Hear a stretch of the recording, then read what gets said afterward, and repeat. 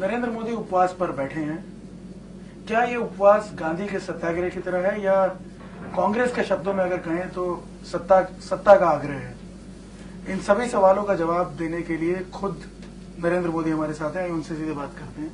मोदी जी, ये बताइए सबसे पहले कि क्या नरेंद्र मोदी बदल रहा है? क्या ये जो सद्भावना मिशन है ये एक एक्सरसाइज है इमेज मेकओवर के? इमेज मेकओवर के लिए ये तौर तरीके नहीं होते हैं। हमारे देश में अगर मीडिया के माध्यम से इमेज बनती है तो फिर तो आप मीडिया के लोगों के साथ बैठे रहो, दिन रात इंटरव्यू देते रहो, इनसाइड इंफॉर्मेशन शेयर करते रहो, काम करो या ना करो, गप्पाजी मारते रहो, तो इमेज बनाने के लिए वो रास्ते होते हैं। इसके इतना कठोर परिश्रम करने की जरूरत नहीं होती है। दूसरी बात है, जो लोग मुझे जानते हैं, मुझे नरेंद्र मोदी की इमेज की कोई चिंता ही नहीं है, न ही मैं इसके लिए जिंदगी खपाता हूं, न मैं समय बर्बाद करता हूं। मैं गुजरात के विकास के लिए कमिटेड इंसान हूं और डेवलपमेंट यही मेरा एजेंडा होता है। उसी कामों को मैं करता रहता हूं और उसी के तहत है मेरा सद्भावना मिशन, जिसको मैंने गुजरात में घर घर पहुंचाने का प्रयास शुरू किया है। ये उपवास जो आपने शुरू किया है, आपको नहीं लगता कि मतलब आपने थोड़ी देर कर दी? आपको पहले बैठना चाहिए था थोड़ा ऐसा? ये 10 साल के बाद जो किया जा रहा है, मतलब इसको लेकर कई शंकाएं, कई सवाल है। इसका कारण है कि मैं उपवास क्यों कर रहा हूं, उनकी समझ नहीं है, जिनके दिमाग में सब चल रहा है। आखिरकार मेरा विषय क्या है? सद्भावना मिशन, ये विषय क्या है? हिंदुस्तान में आज ये चर्चा हो रही है गुजरात की कि भाई डेवलपमेंट का अच्छा मॉडल है। गुजरात की चर्चा हो रही है गवर्नेंस का अच्छा मॉडल है। और देश की हालत देखो तो क्या है, 60 साल हो गए हमारे यहां सरकारें, अगला चुनाव जीतने के लिए सरकारें चलाई जाती हैं, टुकड़े फेंके जाते हैं, वोट बैंक केंद्रीय सब होता है, अपीजमेंट होती है, एक नक्कर धरातल के पर विकास इस दिशा में काम नहीं होता है, बजट खर्च किए जाते हैं। हमने गुजरात में इन चीजों से बाहर निकाला है और हमने विकास को ही प्राथमिकता दी है और मंत्र दिया है, सबका साथ सबका विकास, टुकड़े नहीं, कभी इसको खुश करो कभी उसको खुश करो, ये नहीं, एक कांस्टेंट सस्टेन करने वाली चीजों को, और उसमें हम सफल हुए हैं।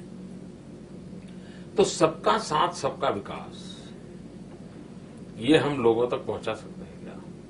गुजरात को सफलता मिली है। अपीजमेंट के बिना भी देश की एकता, भाईचारा को बढ़ाया जा सकता है, ये हमने सिद्ध किया है और इसलिए हमने इसको आगे बढ़ाना चाहा। हमने इंसान इसलिए किया कि इसके हमारा कमिटमेंट फील होता है सबको।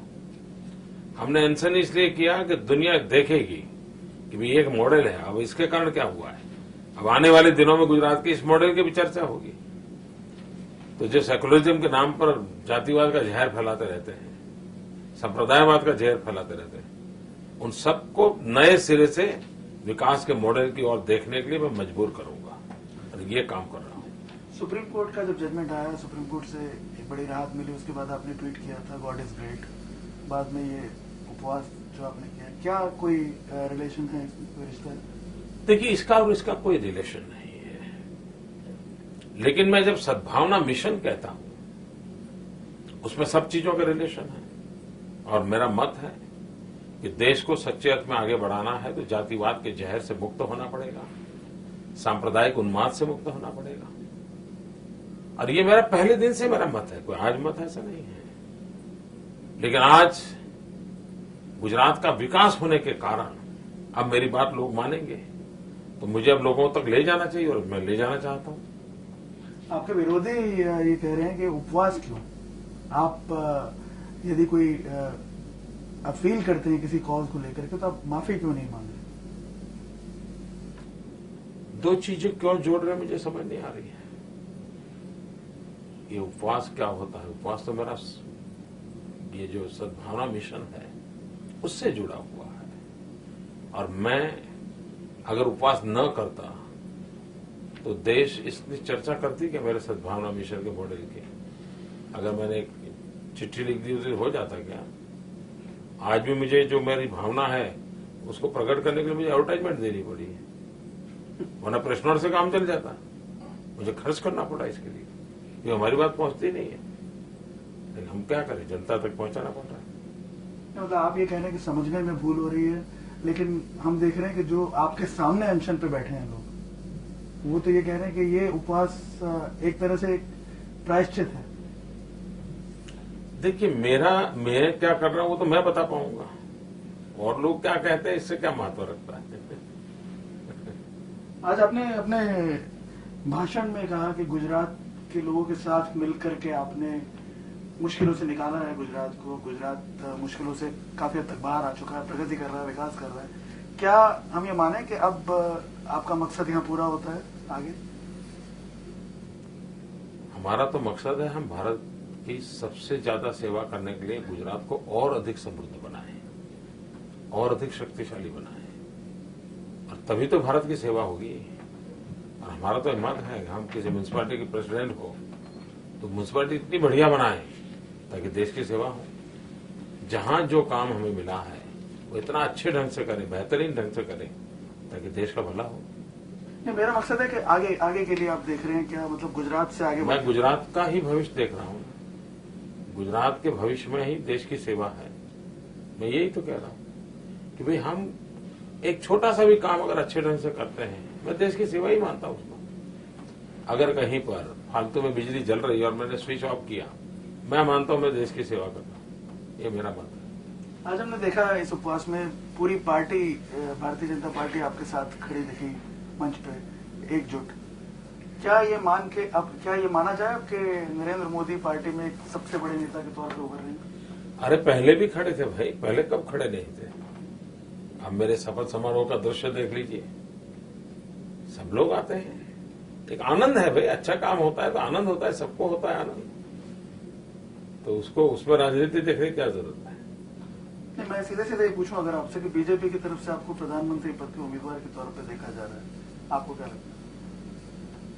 मुझे तो किसी ने ऐसा विषय मेरे से अभी तक चर्चा नहीं की, किसी ने मेरे से पूछा नहीं है, किसी ने मुझे बताया नहीं है, और ऐसे अनुमान करने के लिए मैं अपना समय बर्बाद करता नहीं, जिस तरह का एनवायरनमेंट बन रहा है, जिस तरह का माहौल बन रहा है, हम देख रहे हैं आपके स्पीचेस में भी 6 करोड़ गुजरातियों की आप बात करते थे, अब हम देख रहे हैं आप 120 करोड़ की जनता की बात कर रहे हैं।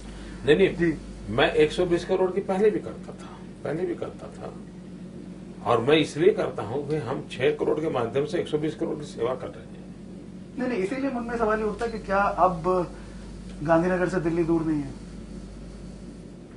मुझे तो ड्राइविंग करना नहीं है, तो डिस्टेंस नापने की मुझे जरूरत नहीं है। नहीं, अगर मान लीजिए आपकी पार्टी आपसे कहेगी, क्या तब भी आप पीएम पद के बारे में? ये बहुत लोडेड सवाल होता है, और जो हाँ भी कहेगा वो भी मरेगा, जो ना कहेगा वो भी मरेगा। आप क्या तो जो समझदार इंसान है उसका काम यही है कि ऐसे सवालों की ओर ध्यान ही नहीं देना। नहीं, मोदी जी, हम ये देख रहे थे कि आज जैसे कल आडवाणी जी ने अपने ब्लॉग में लिखा, अमेरिका की कांग्रेस जो रिसर्च यूनिट है उसकी जो रिपोर्ट का हवाला देते हुए, उसमें उन्होंने आपको एक पोटेंशियल कैंडिडेट के तौर पे रिफ्लेक्ट किया है अपने ब्लॉग में भी। आप क्या कहेंगे? खुद आडवाणी जी? मैंने वो ब्लॉग पढ़ा है, लेकिन मुझे तो कोई ऐसी स्मेल आई नहीं, और नहीं शायद मेरी वो फैकल्टी काम नहीं करती होगी, क्योंकि मैं अपने गुजरात में पागल की तरह लगा हुआ हूं। और देश का दुर्भाग्य है कि हम तो काम पहले से ये कर रहे हैं, लेकिन विवेकानंद जी जब तक माया अमेरिका पता नहीं चला तब तक हिंदुस्तान को विवेकानंद दिखाई नहीं दिए। आज जो जब तक गुजरात की बात अमेरिकन कांग्रेस नहीं करती है तब तक हमारे देश में चर्चा ही नहीं होती है। लेकिन यदि बात करें, जैसे चर्चाएं हो रही हैं 2014 का जो चुनाव होगा, राहुल गांधी वर्सेस मोदी, आज कांग्रेस की तरफ से भी एक बयान आया, जो देश के कानून मंत्री हैं सलमान खुर्शीद, उन्होंने ये कहा कि यदि राहुल गांधी और नरेंद्र मोदी में मुकाबला होता है तो नरेंद्र मोदी हार जाएंगे। मुझे किस चीज का मुकाबला मालूम नहीं है भाई। क्या राहुल गांधी गुजरात का चुनाव लड़ने वाले हैं क्या? असेंबली का चुनाव लड़ने वाले हैं क्या? खुर्शीद ने क्या बताया मुझे मालूम नहीं, और कहां से लड़ेंगे मुझे मालूम नहीं भाई। वो तो शायद यूपी के वोटर है, उन्होंने गुजरात में कहीं वोटर बने हैं नहीं बने हैं, 2012 का एमएलए का चुनाव लड़ने वाले हैं क्या है, हमारे पास जानकारी नहीं है। हम जानते हैं आप ये एक ऐसा मुद्दा है जिसपे बोलेंगे नहीं, लेकिन फिर भी मैं एक चीज पूछना चाहूंगा। ये एक ऐसी चर्चा है पॉलिटिकल सर्कल्स में कि 2012 का जो चुनाव होगा गुजरात का, उसे जीतने के बाद आप प्रयाण करेंगे दिल्ली की तरफ। देखिए, हमारे देश में जो लोग चर्चा करने वाले वो करते ही रहते हैं जी। ये जितनी कथाएं अभी मैं सुन रहा हूं, मैं छोटा था तब मैं यशवंतराव चौहान के संबंध में ऐसा सब सुनता था, फिर कभी शरद पवार के लिए सुनता था, फिर कभी चंद्रबाबू के लिए सुनता था, फिर कभी कामराज जी के संबंध में सुनता था, फिर कभी नारायण दत्त तिवारी के संबंध में सुनना था, फिर कभी मायावती जी के लिए सुना। तो ये हम सालों से सुनते आए हैं। हमें मेहरबानी करके क्लब में मत डालो यार। ठीक है, मैं यदि एनडीए की बात करूं, एनडीए के घटक दल काफी सारे आज यहाँ पे मौजूद थे, कई और भी आएंगे, लेकिन कुछ ऐसे सहयोगी हैं अभी भी एनडीए के जो नई यहाँ पे नजर आ रहे हैं, उनकी मौजूदगी नहीं नजर आ रही। मैं समझा नहीं जी, मेरा इशारा नीतीश कुमार जी की तरफ है। क्या? उनकी देखिए, ये कार्यक्रम सरकार का था, सरकार ने किसी को अप्रोच किया, कांटेक्ट किया, ऐसा नहीं है। पार्टी के लेवल पे उनकी जिनकी अनुकूलता होगी उन्होंने बात किया। दूसरी बात है, जहां तक एनडीए का सवाल है, भारतीय जनता पार्टी एनडीए का एक प्रमुख हिस्सा है और मैं भारतीय जनता पार्टी का कार्यकर्ता हूं और मैं एनडीए में हूं, इसका मतलब। अच्छा मोदी जी, आखिर में आपसे एक सवाल ही पूछना चाहता हूँ। सुप्रीम कोर्ट का एक फैसला है, आपको रिलीफ मिले, लेकिन अभी भी कई ऐसे लोग हैं जो आपका पीछा नहीं छोड़ेंगे। जरा ये इंक्वायरी तो करो भाई, क्या इस देश में किसी पुलिस थाने में मोदी के ऊपर कोई केस है क्या? किसी कोर्ट में मोदी के ऊपर कोई केस है क्या? कोई तो जांच करो भाई। हम ऐसे ही हवा चल रही है, मैं तो हैरान हूं भाई। कोई ऐसा केस नहीं है कि जिसका कोई एफआईआर लॉन्च हुआ हो और कोई इन्वेस्टिगेशन